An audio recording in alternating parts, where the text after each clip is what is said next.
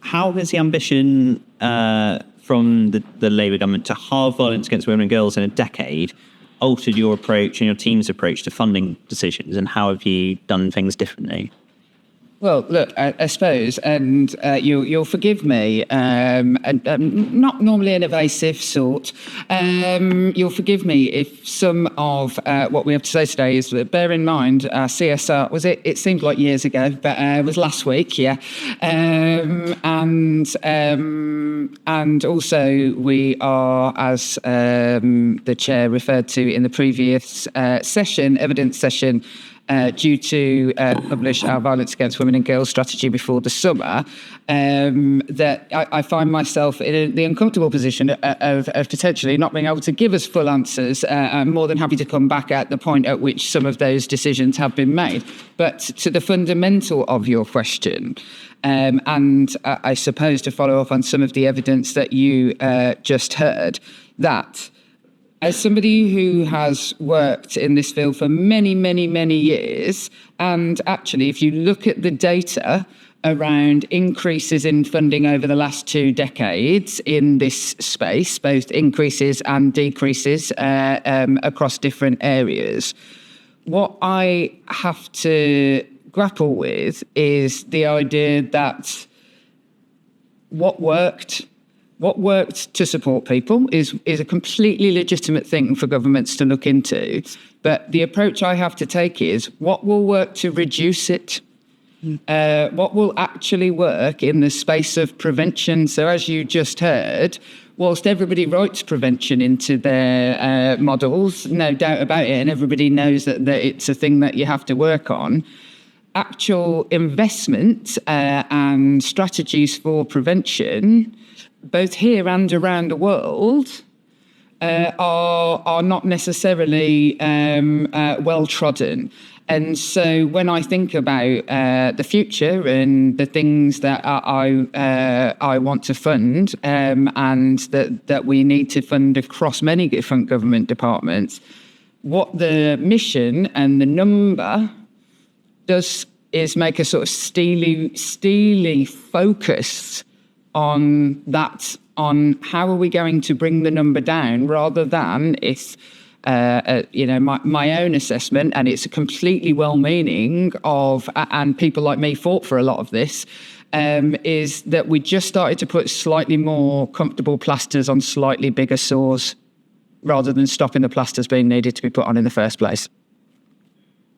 And we appreciate you won't be able to answer. Yeah, sorry. Everything. I want to we're hoping to give you recommendations to help. Yeah, okay, good. That's good.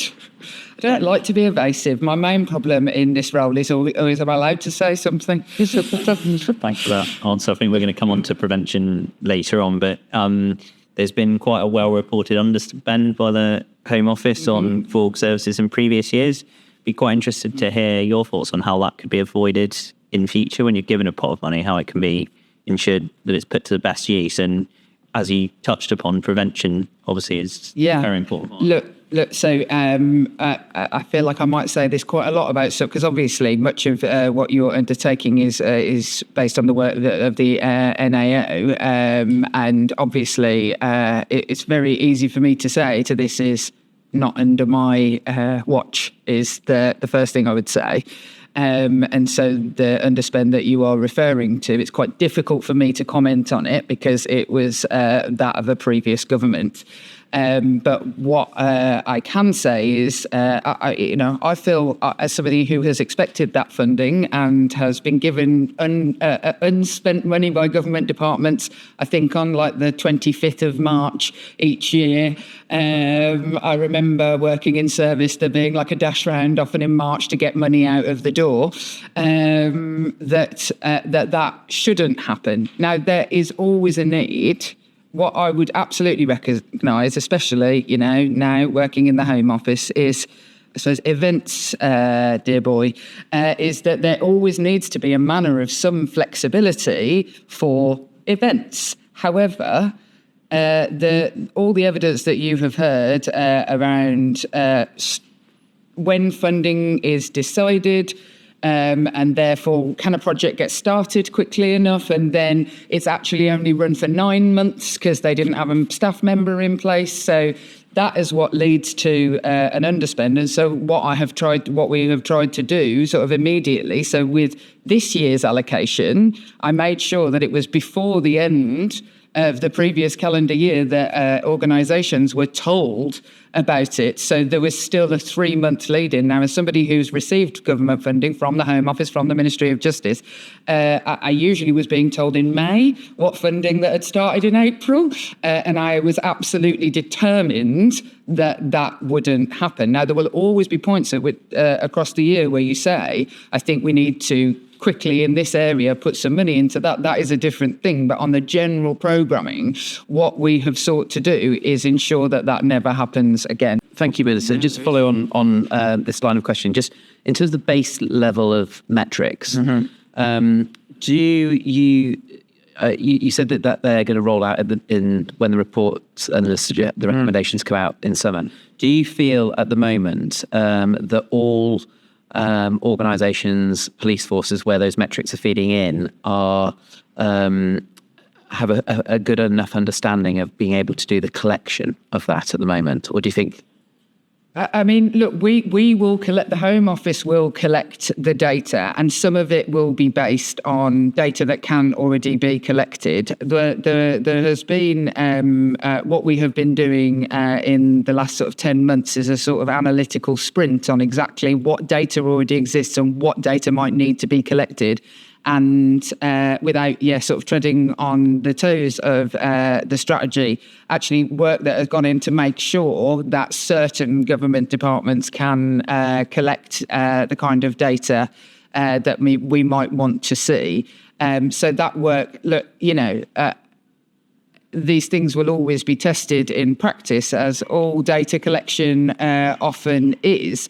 But it will be the Home Office's responsibility and the missions board's responsibility to monitor that data, rather than we will ask for data that either already exists and or we have negotiated that can be collected. And just quickly on the time frame. So ambition is over a 10-year period to get that reduction of 50% put in place. But you've recognised that obviously there'll be increased reporting. At what point do you feel within that 10-year period that you will then start to see the reduction coming in? Are you talking like 2 years in or 3 years in? I mean, look, there is some evaluation of some, for example, prevention programmes that we have undertaken that show reductions in violence perpetrated, in perpetrator programmes, for example, that show it much more quickly. So I don't think that there is a sense where I'm just going to be able to go, don't worry, we all said it was going to go up. I'm not trying to get myself off the hook. There will be other interventions that will be happening that will show signs of prevention. And in fact, to hear Alison talking about the darts, actually in West Yorkshire and the Metropolitan Police have a similar package of programmes called the V100, like looking at exactly how that is identifying the most dangerous perpetrators in those areas and then taking action. Like that's a much shorter term view where you'd be able to measure and monitor reductions in literally this man has abused 20 women in the past 5 years, and these interventions mean he hasn't done it to anybody else in the following 5, whatever those interventions are, sometimes prison. Prison or others, is like, I don't want to say that we won't have any positives to report on in that time. But look, I mean, we said 10 years for the exact reason of allowing a sort of a period of increased reporting and reduction. Okay. Astronomy.